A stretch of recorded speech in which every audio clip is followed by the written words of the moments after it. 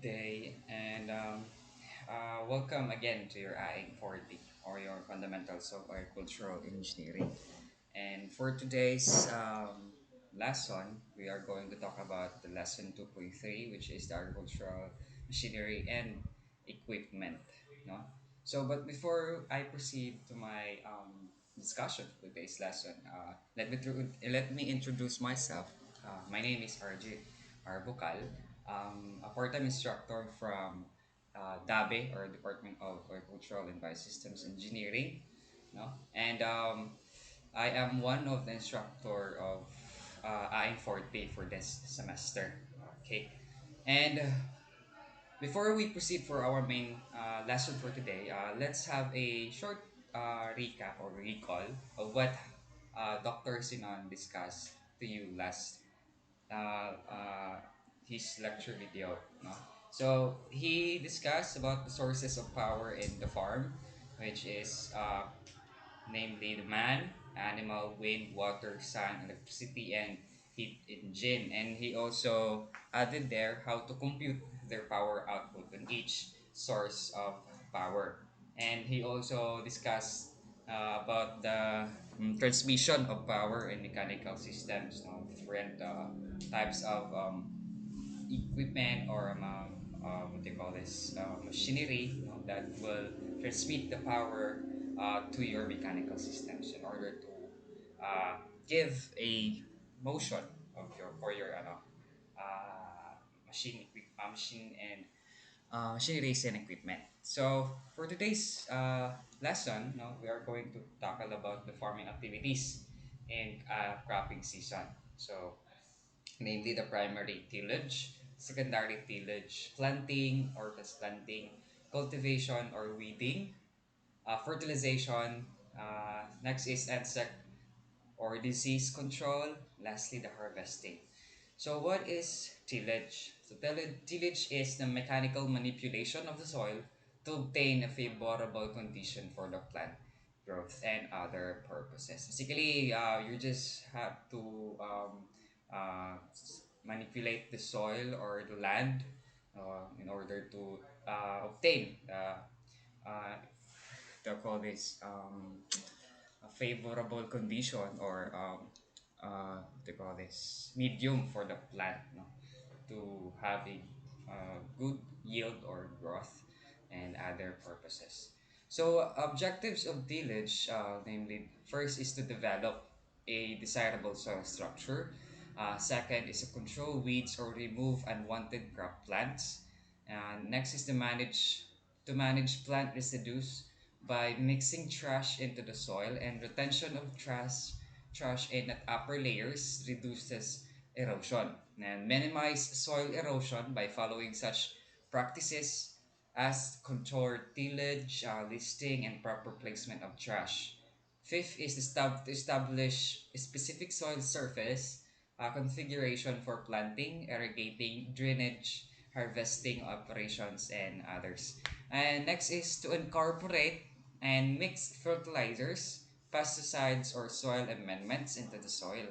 And lastly, to accomplish soil segregation, this may involve moving soil from one layer to another, removal of rocks and other foreign objects, or root harvesting. Basically, ang mga objectives lang talaga sa tillage is to have your plant to grow and give its best yield for your production, no? Until you harvest your what you have sowed, no?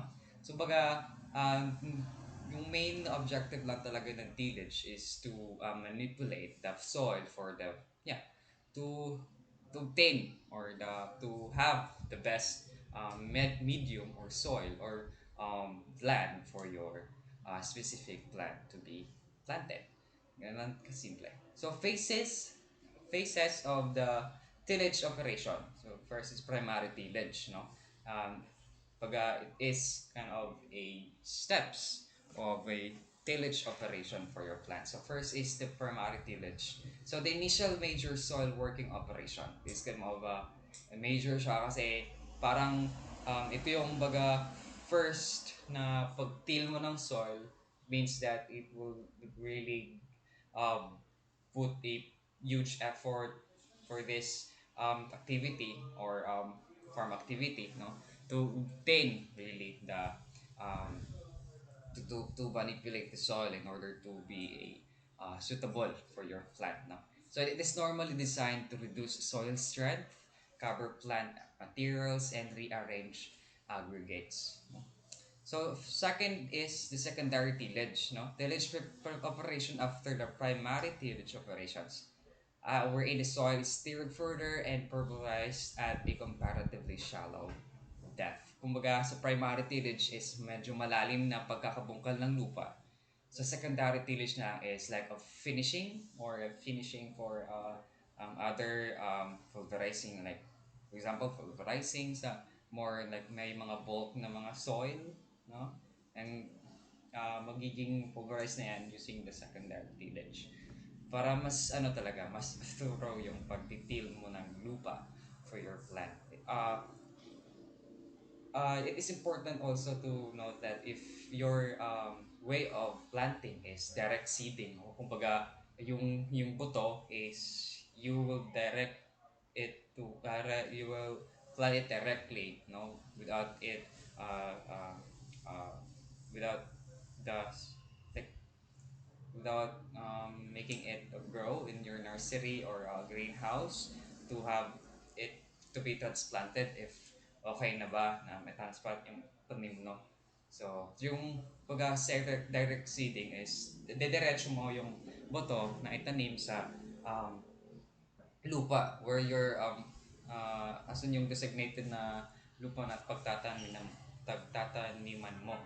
Okay? So this is very helpful for the secondary tillage to be included for the farm activities. Okay? So primary tillage equipment, isa na dito is a moldboard plow. Okay? One of the oldest of all agricultural implements and is generally considered to be the most important tillage implement. Now, I'm sure nakakita na kayo nito kung especially sa mga student na meron talagang farm or like um, may karating kapitbahay ng mga farmer. You know, you already saw this uh, equipment. This called the Morgul plow and it's under sa primary tillage na equipment. Okay? So yan, it's parts, it is a beam, moldboard, no, ito, wing of share, a share, yan, so outing edge of share, ito, point of share, and so on. So typical Carabao drone moldboard plow, ito yon, yung mga classic or typical talaga na commonly used by the small scale farmers, no? Kasi ito talaga yung mas kung hindi sa affordable is easy lang talaga kung may Carabao ka, no? For bottom tractor drone moldboard plow, ito naman yung mga large scale na or yung mga farmer na nakaka-afford ng mga huge machineries like tractor, no? And the moldboard plow is an implement pod also to primary tillage for primary tillage farm activity. So categories of animal drawn plow. So first is the walking plow. It is controlled by a man on foot. With second is the sulky plow. The plow is mounted on wheels and plowman rides. Kumbaga sinasakyan na ng tao, hindi na siya kailangan maglakad or barefooted. So yan. Okay, categories of tractor drawn naman is trailing type plow, essentially a sulky plow pulled by a tractor. Okay? So mounted plow naman, fully mounted on the tractor and is lifted from and dropped into the soil by the tractor's hydraulic system. Kumbaga ito may kumbaga trail or ito wheels or gulong to have it trailed, no? Sa moldboard plow naman, mounted plow naman, wala siyang direct talaga. Like, yung drop and lift na lang is yung tractor's hydraulic system. Unlike dito sa trailing is that um, may wheels siya para may control din ng depth ng pag-till ng moldboard plow. Okay. So semi-mounted plow compromise between the trailing plow and the full or integral mounted plow. Ito yung mukha niya. These are the parts. No? This is the rear furrow wheel, automatic trip, bottoms, coulter, front furrow wheels. Yan.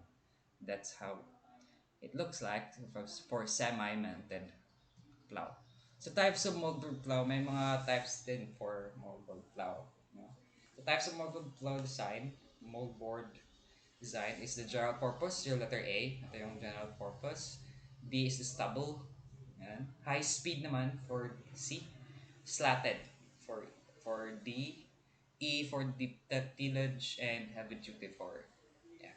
Mga types na lang yan sa moldboard plow. Second is the disc plow, another tillage equipment. So this plow was brought about in an effort to reduce friction by making a rolling bottom instead of a bottom that would slide along the furrow. Now, preferable to use this plow when the soil contains large roots or stone ledges, the soil is sticky and moldboard can scar. Ayan, so the soil is dry and hard and a moldboard plow cannot penetrate the desired depth. Or the soil is peaty and left leaf mold where the moldboard plow will not turn the slice. Ayan. So ito yung mga baga preferable kung ito yung mga condition ng mga soil mo. Contains large roots, sticky, dry and hard, peaty and leaf mold. Ito yung gagamitin mo, yung disc plow. Yan. So, there are also types of disc plow, this semi-mounted and integral mounted disc plow. Ito yung mga itsura nila sa semi. Ito yung sa integral mounted. Okay. So, next is the rotary plow. So, ito naman yung kinds or type of type of tillage equipment. So, rotary plow, good for cutting up vegetative matter and mixing it throughout the tilled layer. It is also effective for mixing chemicals into the soil and for the cultivation on the certain row crops. Ayan. So, medyo, ano siya, uh, com- ayan, complicated than the other two. Kumbaga, basically, yung ano niya, kumbaga system or mode of ano dito is like eto magro-roll clockwise rotation. Ayan. Magbubungkalin niya with the help of this rotary ano to, mga metal. Then after rolled, makakat yung soil and then yeah, will be pulverized further. And ito yung mukha ng rotary plow. Okay. For next tillage equipment naman is the chisel plow. Tool with a rigid curve or straight shank with relatively narrow shovel points, sometimes called a heavy-duty deep cultivator. It is often used to loosen hard, dry soils before the regular plow is used. Kumbaga, para yung hahatiin, divide niya yung soil, no? Like, bubungkalin for a better or, kumbaga, what they call this, kumbaga isa-soften niya yung soil para sa main talaga na plow na gagamitin is easy na lang yung pag ano pag daan ng tractor or any machinery. Okay, that's your chisel plow. It look like this. Yan. Next is a subsoil plow. Generally a heavy-duty tool designed to operate below the normal depth of tillage to loosen the soil by lifting or displacement. Built heavier than a chisel plow since a subsoil plow is used to penetrate the soil to depths from 51 to 91.50 or 20 to 36 inches. Kumbaga, ano lang siya, heavy duty type na chisel plow. Kumbaga, binigatan para talaga maka-penetrate deeper for a better plow or tillage for the soil. Kumbaga, ganyan lang siya.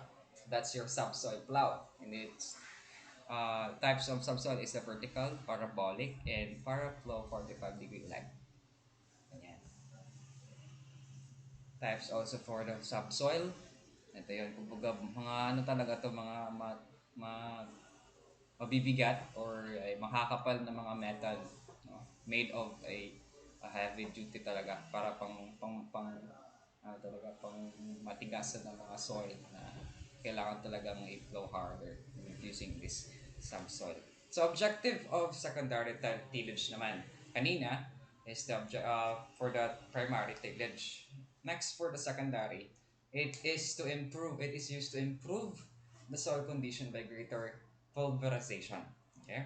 Kumbaga, pupulbukin yung mas maigi na pulbo para talaga mas uh, grainy or bungkal na bungkal talaga yung lupa or yung soil.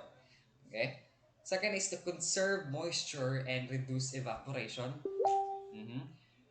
Next is cut crop residue or cover crops and mix it with the topsoil.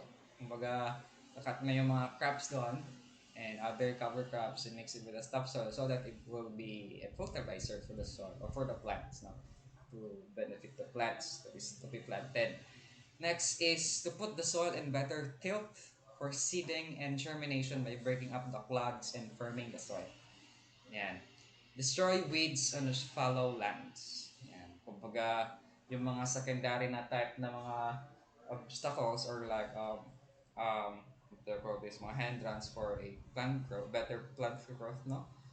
Ito yung magsisilbing um, secondary tillage para talaga mas mainam na pagtanim na hindi para masundan yung first or first tillage or primary tillage para talaga mas ma-obtain talaga or mas suitable talaga yung soil na pagtataniman natin.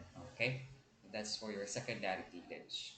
Kumbaga mga minimal na lang ng mga um, like weeds, mga bulk na mga soil na galing sa primary tillage mo, and then it would also cut the crop residue para para magamit din yun para fertilizer para pataba for your soil. Okay. So secondary tillage implements naman is your harrow. Type of a secondary implement is used to level the ground and crush the soil clads in preparing the seed bed, steer and aerate. Aerate means mapapahangin ng para may oxygen naman or other gases na importante talaga sa soil and the soil and to prevent and destroy weeds. Yan. Kumbaga, ano siya, multi-purpose na pwede dito pa best and seedbed, steer one and aerate, and also prevent the weeds or destroy the weeds. So there are types of or kinds of harrow. No? Principal kinds of harrow, your disc harrow, ito yung mukha niya. Kumbaga, para siyang disc plow pero may may mga changes na, may mga trailed na, no? Ayan, trim na siya. Ayan. That's your disc harrow. Classes of disc harrow, we have a trailing and mounted. Types of trailing disc harrow gang arrangement. Uh, Classes ng mga disc harrow, we have trailing disc harrow and mounted. Same thing with the disc plow kanina, yung trailing may mga wheels na mga nag-aalalay for your for your harrows. And your mounted naman, yeah, walang gulong pero may hydraulic system to drop or lift it. Okay? And in this figure, this is the trailing disc harrow gang arrangement or the arrangement of your harrow. We have your single acting, ganito yung mukha niya. Tandem, ayan, apat na sila. And then the right hand offset pa ganyan. Okay? Yan lang. So, for single acting disc harrows, the types of disc harrow din to. So, we have two discs gang placed end to end with which throw the soil in opposite direction. Yan. Ito yung kumbaga dito yung tatapon yung mga soil pa ganitong direction then din sa kabila para mag-provide ng kumbaga canal dito or space for a furrow. Yan. So, next is the double acting disc harrow or tandem harrow. Kumbaga, ito yung mga real pictures talaga sa mga drawing kanina o figure kanina. So a set of two gangs follows behind the front gangs and is arranged so that the disc on the front gangs throw the soil in one direction and the disc on the rear gangs throw the soil in opposite direction. Talagang pinupulverize talaga ng maigi yung mga soil after sa pagdaan ng front mga frontliners pagkatapos na tinitil titilin naman dito sa likod the backliner. So very ano talaga, pulverize yung soil after doing this secondary tillage using double acting disc harrow or tandem harrow. Next is the offset harrow naman. Pag ganitong arrangement, so mga arrangement to class arrangement ng disc harrow. So this is called the offset disc harrow na arrangement. So a harrow that can be operated in the offset position in relation to the tractor. The tandem arranged gangs of this give a double disking function and leave the soil smoother than is usually obtained with a four-gang double action harrow. So ito yung baga offset disc harrow. Ito yung mukhang parang ano form niya or arrangement talaga ng mga disc harrows for your offset. Next is the spike tooth harrow. Kung meron tayong um, disc harrow, meron din tayong spike tooth harrow. It is consists of a steel teeth, rectangular in cross-section, yan, set vertically into the horizontal frame so that they form a zigzag pattern to prevent the rear teeth from following the tracks of the front teeth. It is called as such since the teeth that steer the soil resemble long spikes. Mga tinawag siyang teeth kasi meron talagang mga spikes na yeah, tinawag siyang spike tooth kasi may spike tsaka mukhang ipin or teeth. Okay. And it's vertically set vertically no into horizontal frame. Ito yung horizontal frame niya and it's vertically set no itong mga line na to. Ito. So that they form a zigzag para pagdaan sa soil talagang ma-steer ang soil para for aeration, for weeding, no? Tas yeah, para pulverize din more yung soil natin. So, third is the spring-toothed harrow. Yan. So, its general appearance is similar to that of spring shank chisel plow. Yan. But the harrow tills the soil at a shallow depth. Kumbaga, sa chisel doon, kasi mukha siyang chisel, para siyang may chisel na maliit. But it is used for a shallow depth lang. Hindi katulad sa chisel na mas malalim. Diba? Kasi if malalim talaga, it's for primary tillage. Pero kung mga shallow lang or hindi gaanong malalim is for the secondary, no, secondary tillage. This implement is adapted for use in rough and stony ground. The teeth penetrate deeper than those in spike tooth harrows. Kumbaga, mas malalim yung baon niya kaysa sa spike tooth. This is your spring tooth harrow.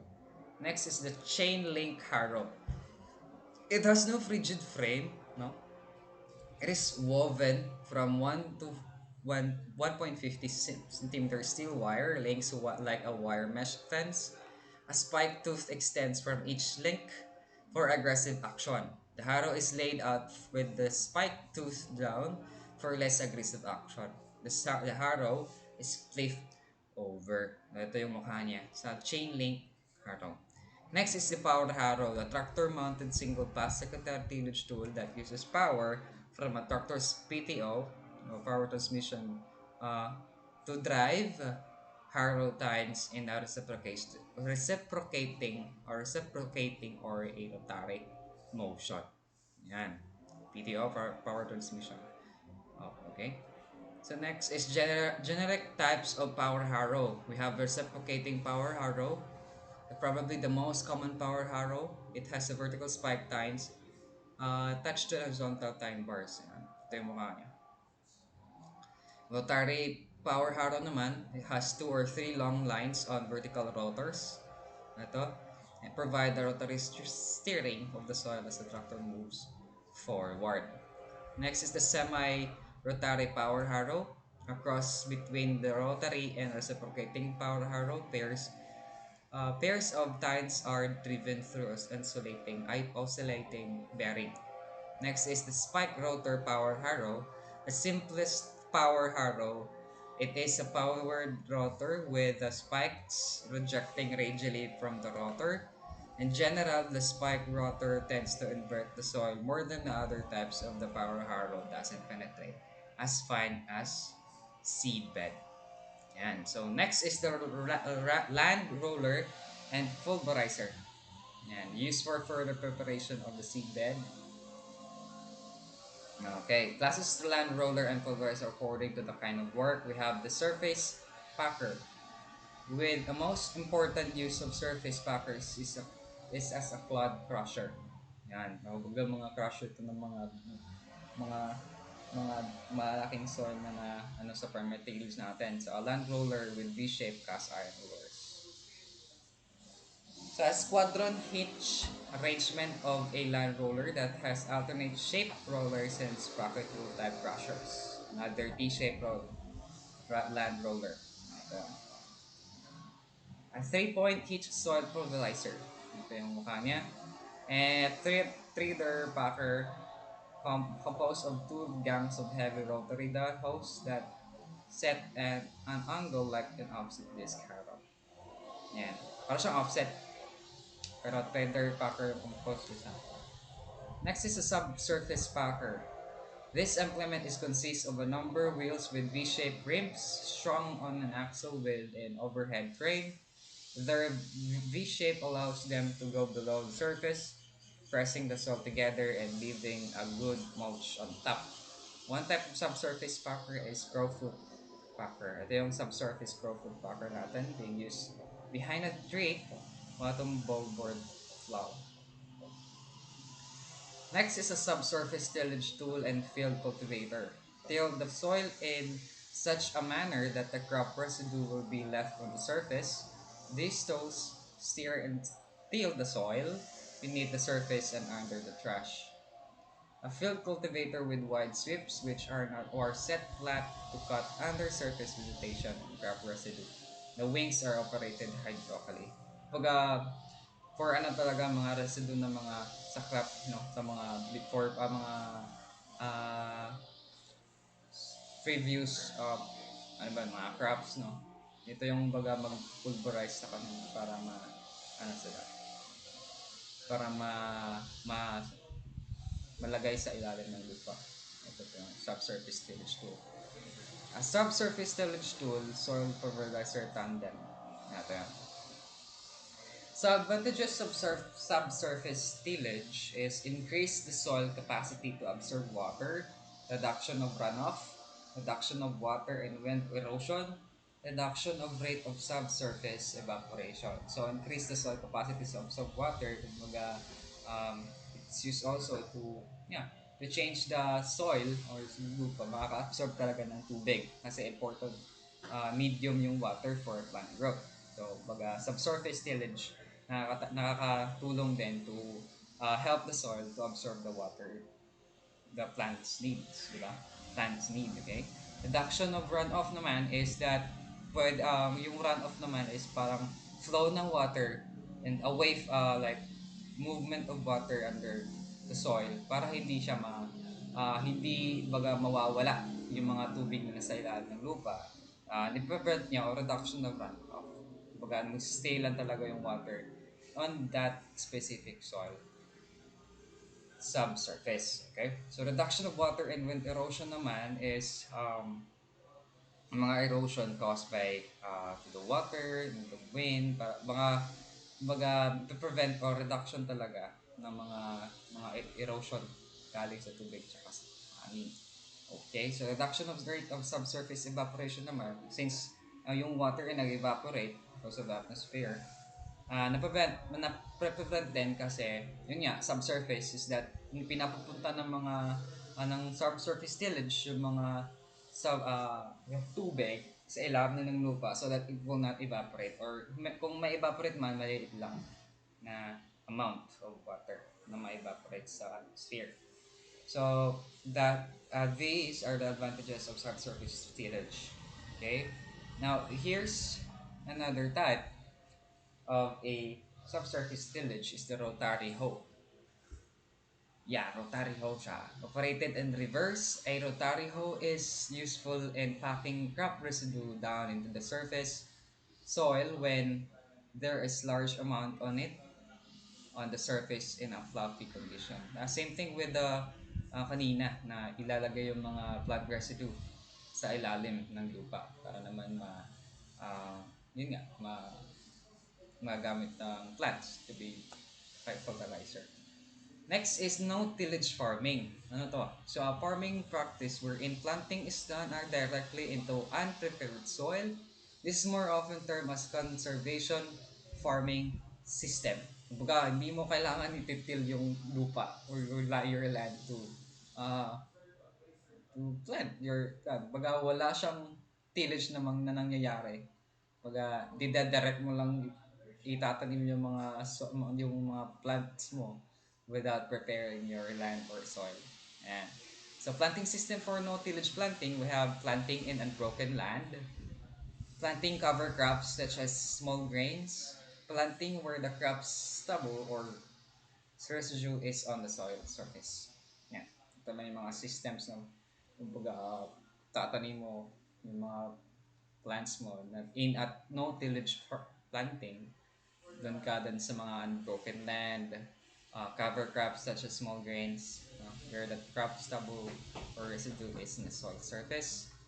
Advantages naman niya is that early planting of the following crop, mas maaga na pagpa-plant or kasi hindi mo na kailangan magtitil eh. Hindi mo na kailangan maggagasto ng mga araw, uh, like days or weeks or months to till your soil for to obtain a suitable uh, land or soil for the plant. Kumbaga, mas maaga, mas mabuti dito. So, advantages for the tillage crop. Para makaka aga ka rin na pagtanim ng cropping season mo. The next cropping season. Ayan. So, reduce labor and machine costs, yes, kasi hindi mo na kailangan mag-hire ng mga labor or use the machine kasi hindi mo na kailangan mag-till eh. Okay? So, reduce danger of soil blowing. Hindi mo, nakaka, ano din, nakaka-reduce ng soil blowing. Ayan. So, farming activities in a cropping season, let's have the um, kumbaga, yeah. So, for the next farming activities that will be discussed is the planting or transplanting, and these farming activities will be discussed by Dr. Sinan, and I hope you did learn something from the primary tillage to secondary tillage ng mga farming activities in the cropping season. And the part 2 of this presentation will be discussed by Dr. Sinan, and I hope you will learn something from this, and of course the lecture videos is posted. And thank you for listening, and see you next lecture video.